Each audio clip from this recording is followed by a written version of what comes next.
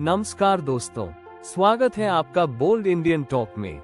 जरा सोचिए, आप सुबह उठते हैं और अपना मोबाइल खोलते हैं। आप YouTube चलाते हैं, लेकिन वीडियो लोड नहीं होता। WhatsApp पर संदेश देर से आते हैं। Instagram रुक रुक कर चलता है। आपको लगता है कि यह एक सामान्य नेटवर्क समस्या है, लेकिन अगर मैं आपको कहूं कि इसका संबंध मिडिल ईस्ट में चल रहे युद्ध से हो सकता है, तो क्या आप विश्वास करेंगे? यह एक ऐसा छिपा हुआ खतरा है जो सीधे भारत के इंटरनेट को प्रभावित कर सकता है।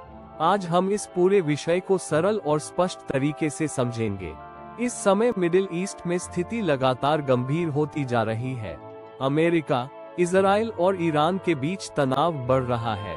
समुद्री रास्ते जैसे स्ट्रेट ऑफ होर्मुज और रेड सी अब केवल व्यापारिक मार्ग नहीं रहे, बल्कि ये उच्च जोखिम वाले क्षेत्र बन चुके हैं।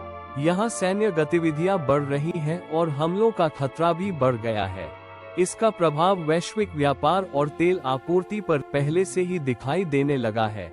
लेकिन सबसे महत्वपूर्ण बात यह है कि यही वे क्षेत्र हैं जहां से दुनिया का इंटरनेट नेटवर्क गुजरता है। यानी यह युद्ध अब केवल जमीन और हवा तक सीमित नहीं है, बल्कि इसका असर डिजिटल दुनिया तक पहुंच रहा है। अब एक महत्वपूर्ण बात समझना जरूरी है। अधिकतर लोग मानते हैं कि इंटरनेट सैटेलाइट के माध्यम से चलता है, लेकिन वास्तविकता यह है कि दुनिया का लगभग 95% इंटरनेट डेटा समुद्र के नीचे बिछी फाइबर ऑप्टिक केबल्स के माध्यम से गुजरता है।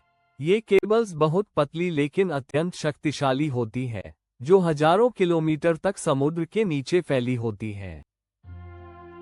नहीं, लेकिन कुछ समस्याएं सामने आ सकती हैं। इंटरनेट की गति धीमी हो सकती है, वीडियो देखने में रुकावट आ सकती है, ऑनलाइन गेमिंग में देरी हो सकती है, वीडियो कॉल की गुणवत्ता प्रभावित हो सकती है, विदेशी वेबसाइट्स देर से खुल सकती है। इसके अलावा डिजिटल भुगतान और क्लाउड सेवाएं भी प्रभावित हो सकती है।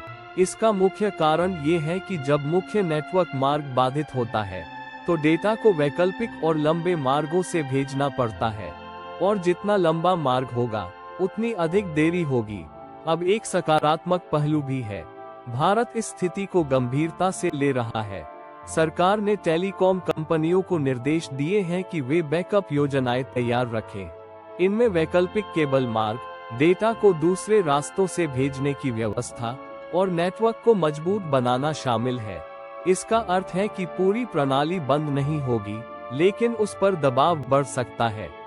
तो दोस्तों, अब आप समझ चुके होंगे कि कैसे एक युद्ध, जो हमसे हजारों किलोमीटर दूर हो रहा है, हमारे इंटरनेट को प्रभावित कर सकता है।